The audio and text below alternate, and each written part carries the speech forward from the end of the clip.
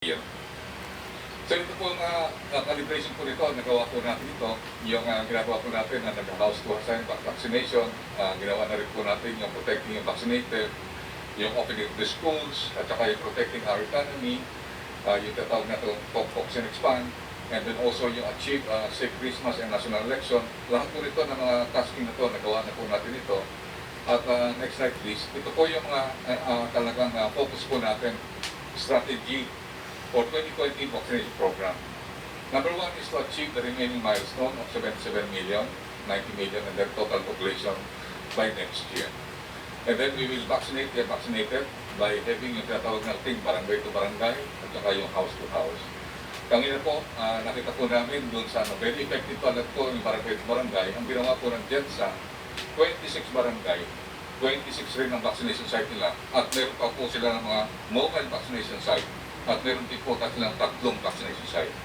Nakita po namin kanina yung barangay Patimas, Mr. President, talagang dinungo po ng mga tao yung vaccination sa barangay Fatima. At ang maganda po talaga, matama po yung sasabi ni Sec. Anyo, na dapat i-power natin ng barangay.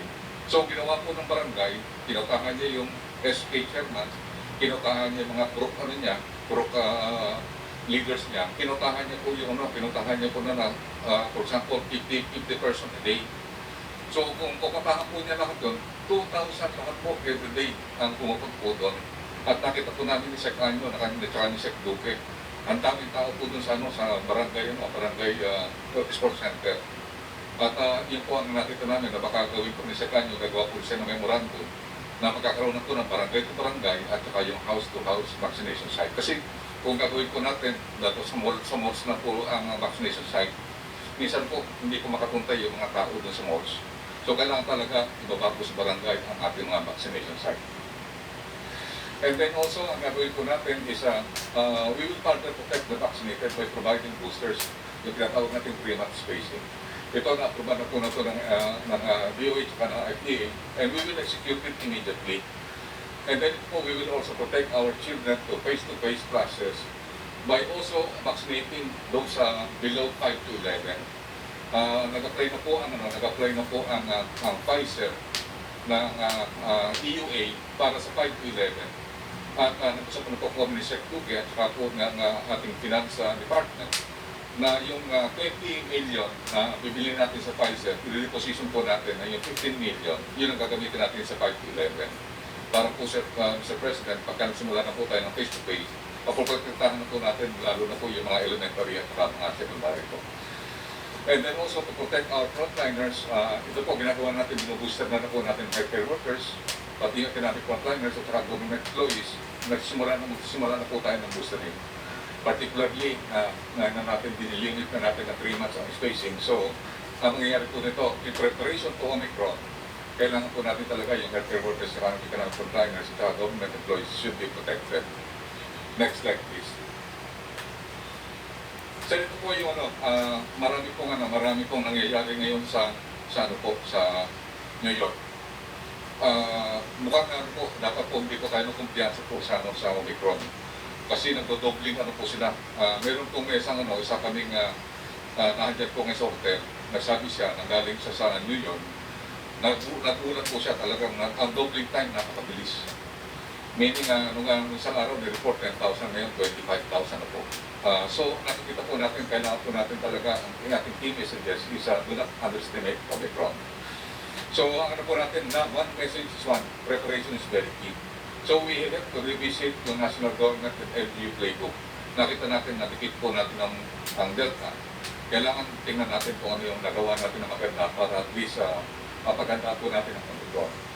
And then also, we sustained the border control. We would like to congratulate yung BOQ at saka yung ating one-stop shop. Dahil sa ngayon sir, talaga napapangalagaan niya yung ating protection. Katulad ng ginawa nila, na na-delay po nila yung Delta. In-inspect po namin yung buong airport. And we would like to congratulate them kasi maganda talaga yung ginagawa nila. Talagang ini-isa-isa nila. At saka marami po sa OFW. Talagang gusto nila na magkaroon ng quarantine na mas mahaba para at least doon po talaga maprotektahan din ang kanilang pamilya.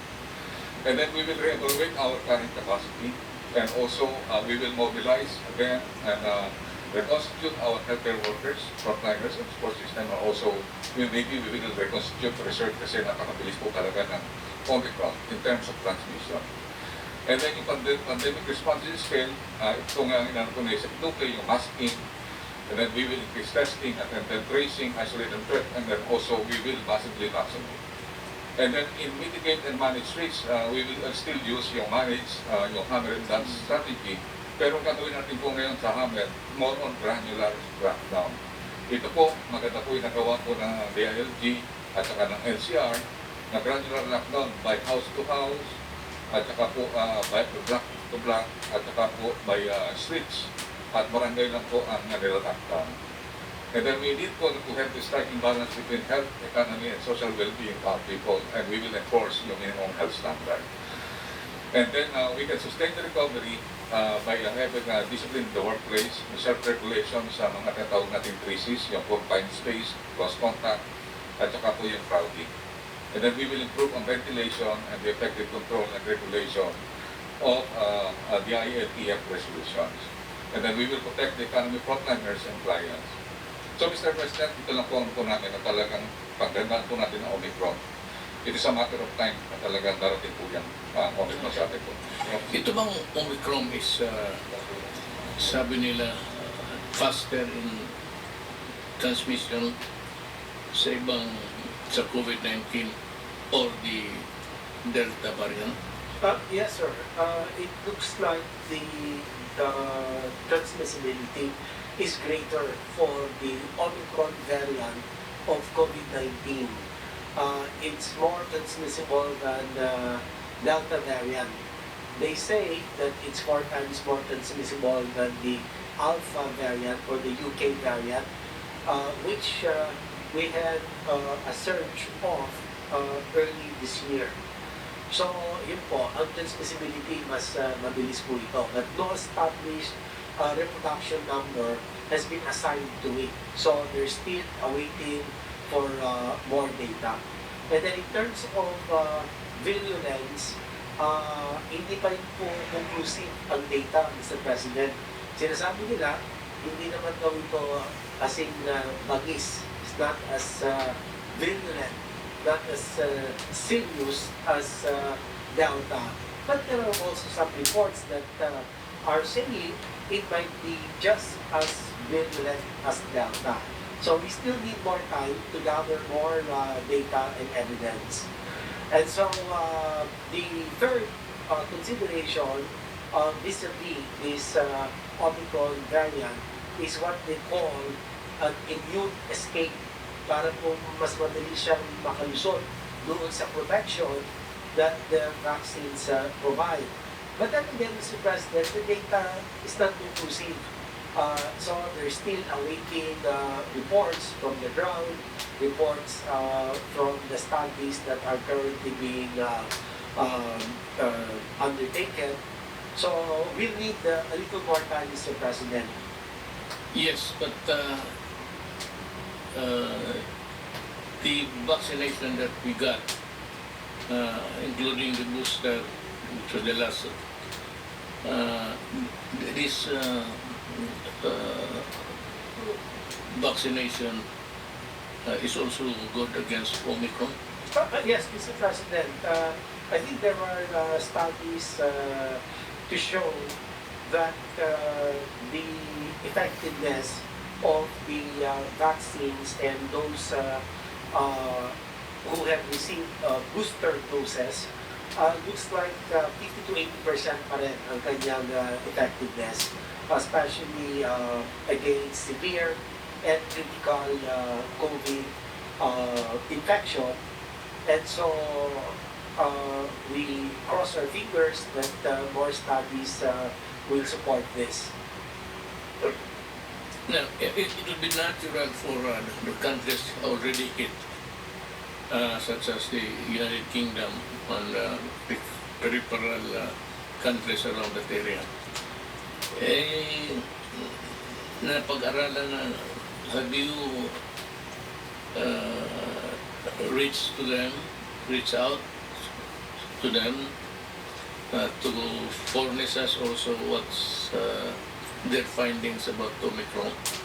Oh yes, Mr. President, definitely our experts are really monitoring the situation through the World Health Organization, because the WHO is able to collect all the information coming from the different countries where Omicron variants have been reported, sir. You know, so France, Italy, Germany, Greece, UK, Netherlands, and many other countries. So that's why from that information, we were able to receive the doubling time of the Omicron variant is somewhere between 1.3 to about 2.6 days doubling time, which again reflects the greater transmissibility of this variant, which is a cause for concern.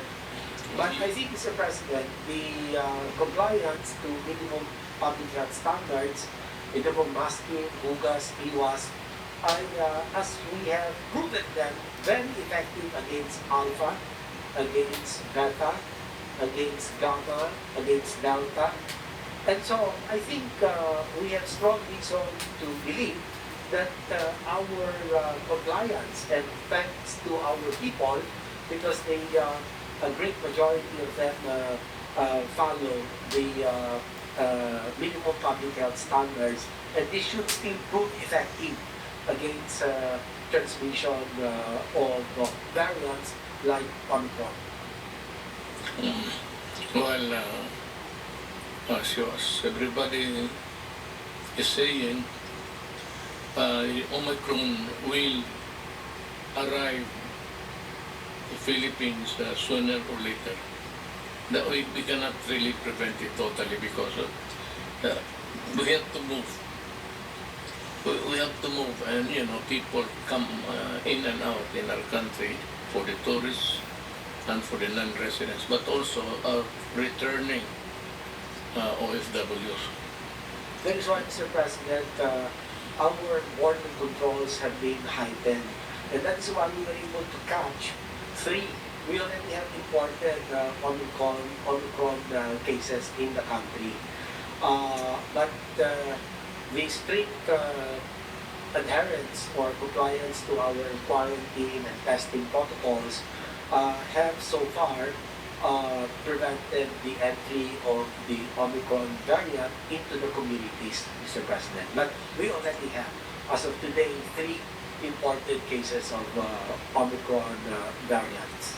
I hope our figures are correct, because there are so many arrivals into the Philippines, into our country. And as I said, for as long as the world moves, people move around, and somehow individuals who have had already the infection, magdating dito, they come and will contaminate us eventually. That is why we said we can say that hindi tayo tatamaan yan. Tatamaan tayo kasi for as long as we accept people from the outside, and especially those countries suspected of being hit already, we do not have an accurate count and figure to really say with certainty that okay tayo. Ang ano ko lang is kung it would be as bad as the previous viruses already nandito, medyo natatakot na ako.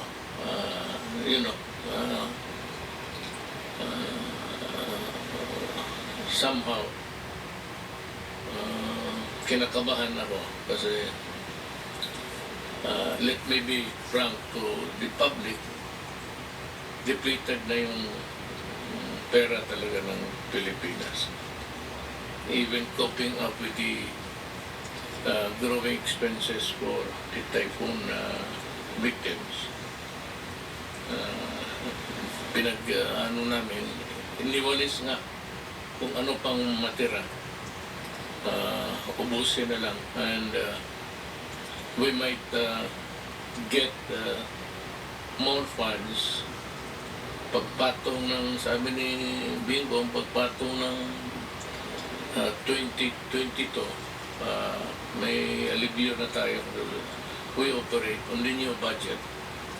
Ang problema lang, far and between the months or the days that coming our way, celebration and all, baka nga makalusot talaga yung Omicron as earlier than expected. Yun ang tinatakot ko. It should require huge expenditure again para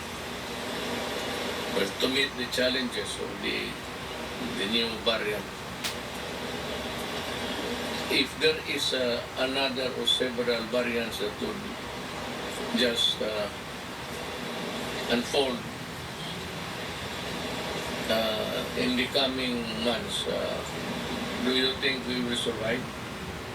I think so, Mr. President, because as I have said earlier, the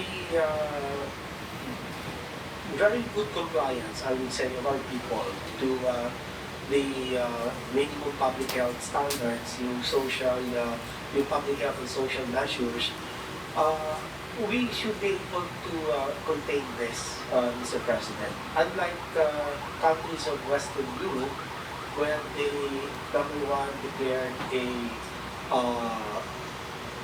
Freedom Day, for example, in UK, on July 19, they took out the mask mandates. They just became very complacent. People were mindless of social distancing. And so we saw an unfortunate increase in the number of their cases. And the Omicron variant now is starting to become the dominant variant, supplanting the Delta variant, Mr. President, and also all other countries.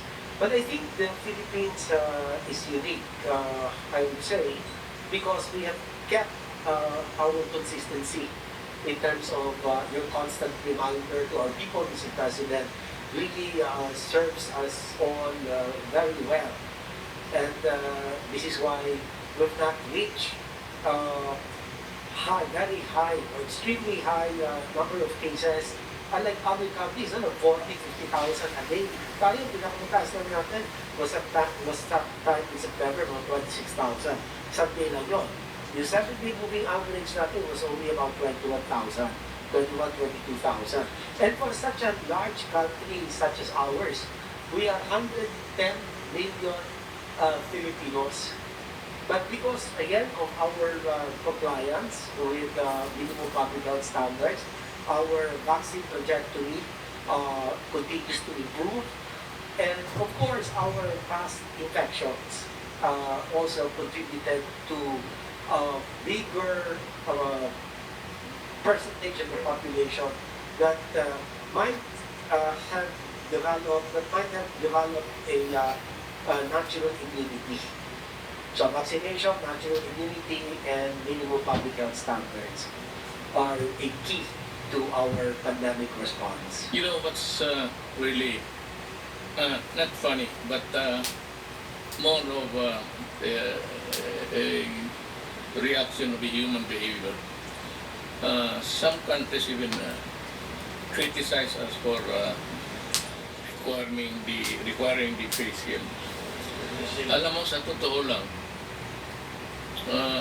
I believe you that in some areas, in some countries, the people there are so much concerned about their human rights. Yan, and that's the favorite catchword ng mga ngayon, human rights. Everything that they would always invoke human rights, everything that the government says that there's a human right violation. Nakakatulong sa Pilipino, totoo lang. I think the compliance of our citizens in the matter of strictly enforcing the masks, one. And when somebody's well, it might be not really a well-studied proposition, but I would dare say that that shield will add another layer of protection in addition to the. Kaya yung talagang gusto ni kayo matawaan, kung ninyong itapon yung shield, continue using it. I advise you, because I really firmly believe that the wearing of that face shield has contributed a lot. I cannot quantify or by what percentage, but just a gut feeling na yung kasi tayo bababa na tayo ngayon. And I'm really surprised kasi sabi nila na ang Pilipino matigas ang ulo. O sa that rin sabi ko saan ba yung 25 million na yan na hindi pa nabakunahan? Because they are spread out and the theory that it can the virus can recontaminate with the 25 million na hindi natin alam. Yan ang isang masakit sa ulo natin. But yung nagrarally, I have read somewhere, they protested for one day for stressing their freedom and the refusal to use the mask. Ayun, nakita na nila ngayon that it has revisited their country again. And the problem we then added so many variants already. We have the Omicron and the yung D. There might be another crop of viruses that's coming our way. This generation natin, maraming lumalabas na microbes na wala pa tayong bakuna. Magkakandakirap tayo. I don't know, but sana yung sabi mo na there would be at least a herd immunity somewhere. I think here in the Greater Manila area, meron ng kunting